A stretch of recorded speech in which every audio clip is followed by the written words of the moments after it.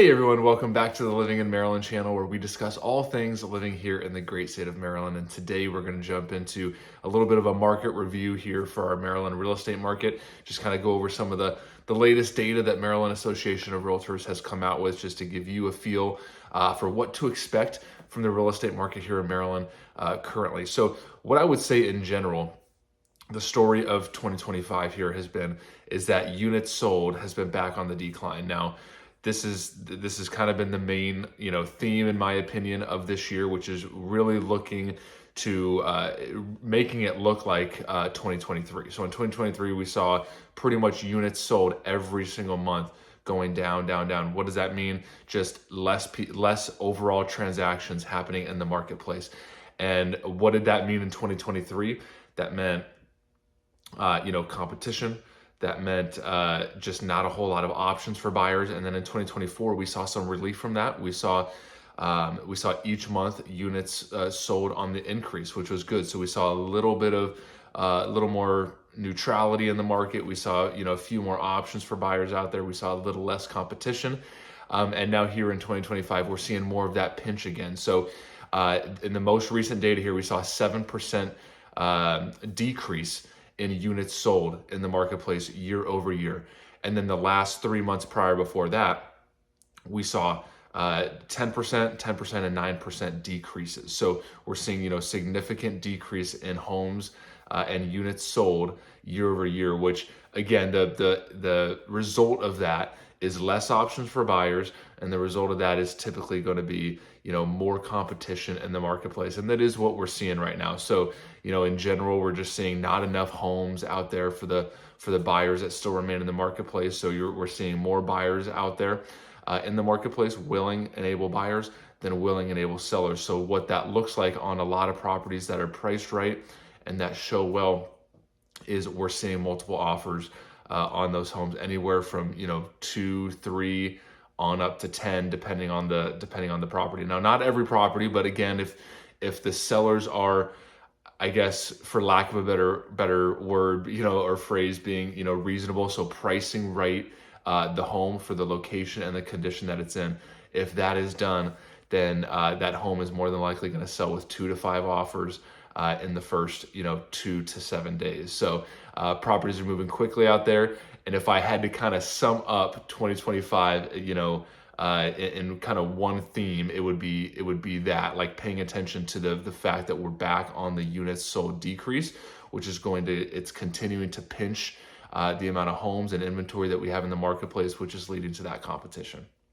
And then months of inventory is still right at 2.2 months of inventory. This is the same that it was exactly 12 months ago. So 2.2 months of inventory just means is speaking to our absorption rate, how quickly our home's going to be selling once they come on the market. Anything under 3 months of available inventory on the market is really traditionally and historically known as a seller's market. So if you are a home seller, the market is by nature right now in your favor. There's just not enough homes out there to meet the demand that's in the marketplace. So if you're a home seller, knowing that knowing that the market is in your favor can be very helpful. And if you're a buyer, just knowing that you're walking into a market that's still appreciating, because in this most recent data, we saw the average home sale price go up over 4%. We saw the median home sale price in Central Maryland or Maryland as a whole go up over 4%. So as a home buyer, it might look challenging. It might not look like a great time to buy, but if this is a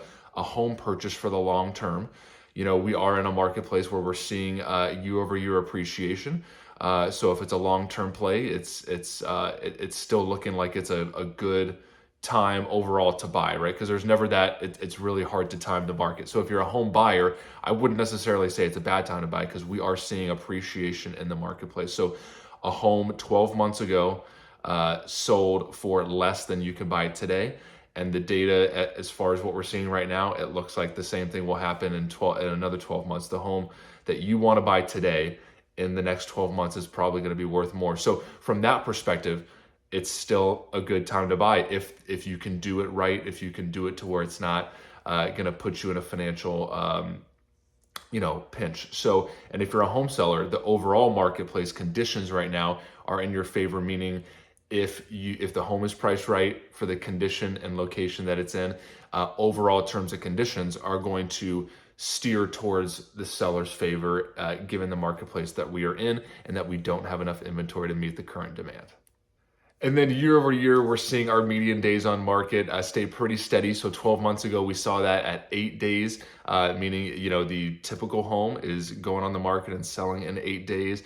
Right now, in the most recent data, it's 9 days. So again, I had mentioned, a lot of this comes down to pricing. So if the home is priced right, it is going to sell fast. It's going to sell very fast. But if it's not priced right, sometimes that home's going to sit on the market 2, 3, 4 weeks, which is kind of why you're seeing that median number of days on the market right around 9, and that has been coming down a little bit the last several months. So we're kind of paying attention to that as well, and properties continue to just move fast. So lastly, I would say just kind of speaking to some overall advice to both buyers and sellers. If you're a home seller, I would certainly put heavy focus on pricing, and of course it's probably always been that way, but in this market it's still very much so.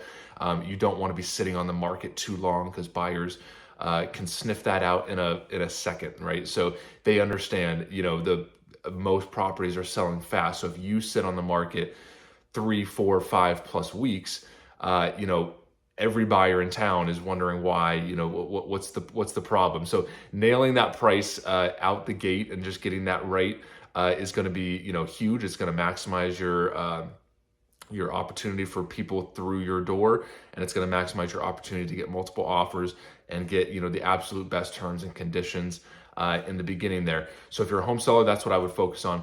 If you're a home buyer, there's a lot. I think the main one would probably just be getting a good, thorough pre-qualification up front. So with these shifting interest rates, with rising property taxes, exactly how much home you can afford based on the monthly payment that you are comfortable with. So I've been seeing a lot of buyers recently. They're kind of focused on purchase price and not necessarily digging deeper into, well, what are the property taxes?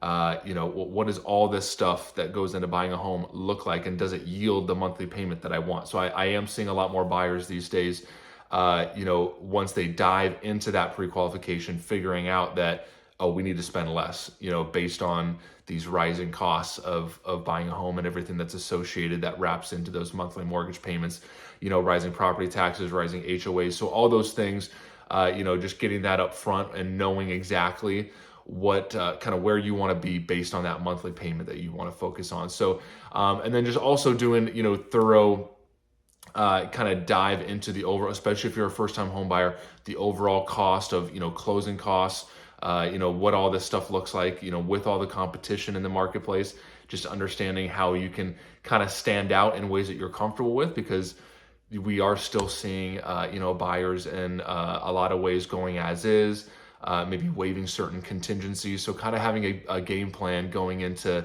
the process can be helpful to know what you're comfortable with, while also being as competitive as possible in this marketplace.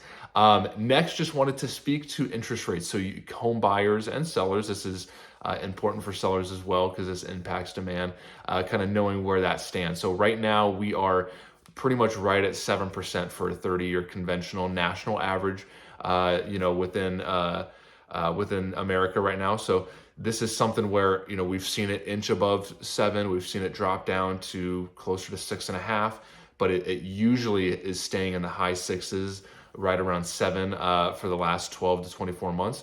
And that's kind of been where we've been living interest rate wise.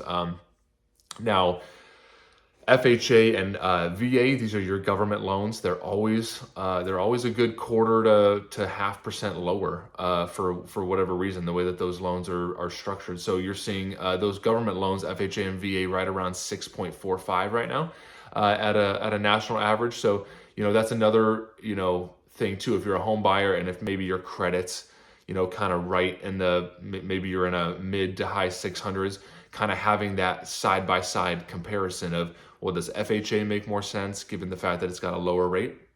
Or does conventional make more sense with less, fees, and kind of how those compare, right? Because if you have really, really strong credit, conventional has less fees. It's typically going to make the more sense for for most buyers. But if you have average credit, it's going to make a lot more sense to really thoroughly compare those two options, because conventional does have less fees, but it's going to have a higher interest rate. So kind of having that comparison as well to make sure that you're comfortable with what's available to you can be very helpful as well. All right, everyone, thanks so much for watching. Hope you have an amazing day, and we will see you at the next video.